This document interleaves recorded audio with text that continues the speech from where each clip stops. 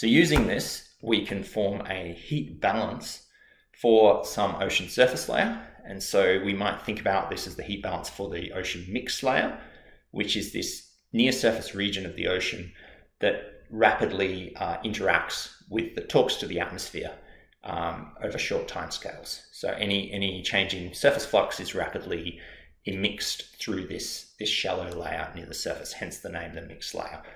And again, we'll come back to that when we talk about convection next week.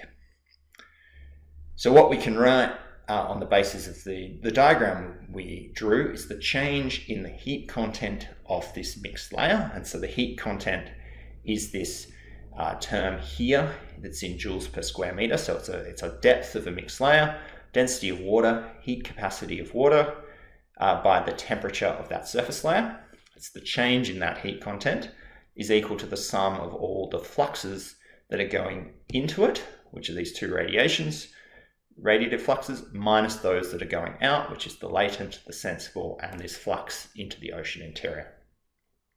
Now, often that surface heat flux is labeled G, and that's G for ground, because this mostly comes from land surface community, where they're talking about heat flux into the ground.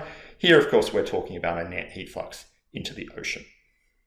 Now, if we imagine we're in a steady state, and so this is almost always the case if you take an average over a long enough period, such that the variations in the fluxes kind of average out.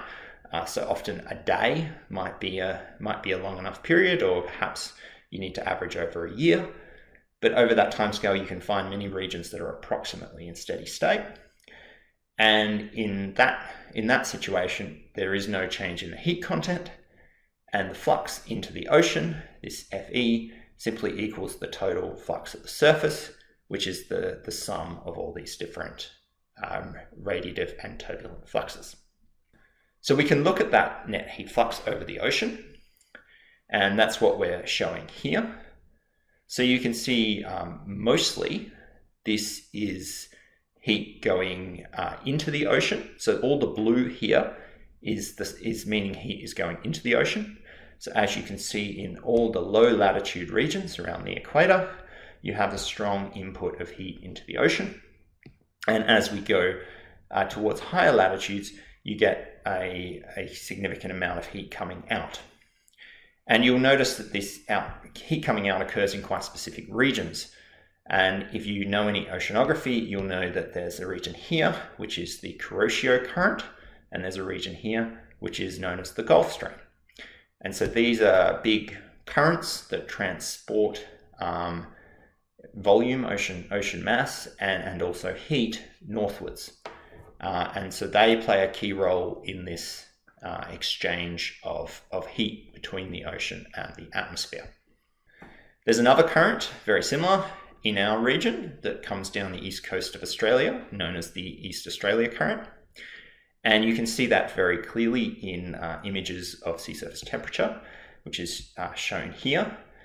And so what this current is doing is it's transporting heat from this region where you have in the region in the north, sort of around North Queensland and the Coral Sea area, where you have a net heat into the ocean.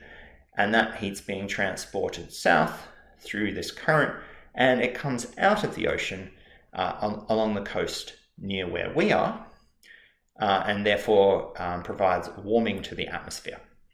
And so this is actually what keeps the coastal climate, say down at Bateman's Bay, much warmer than it would otherwise be in the absence of these ocean dynamics.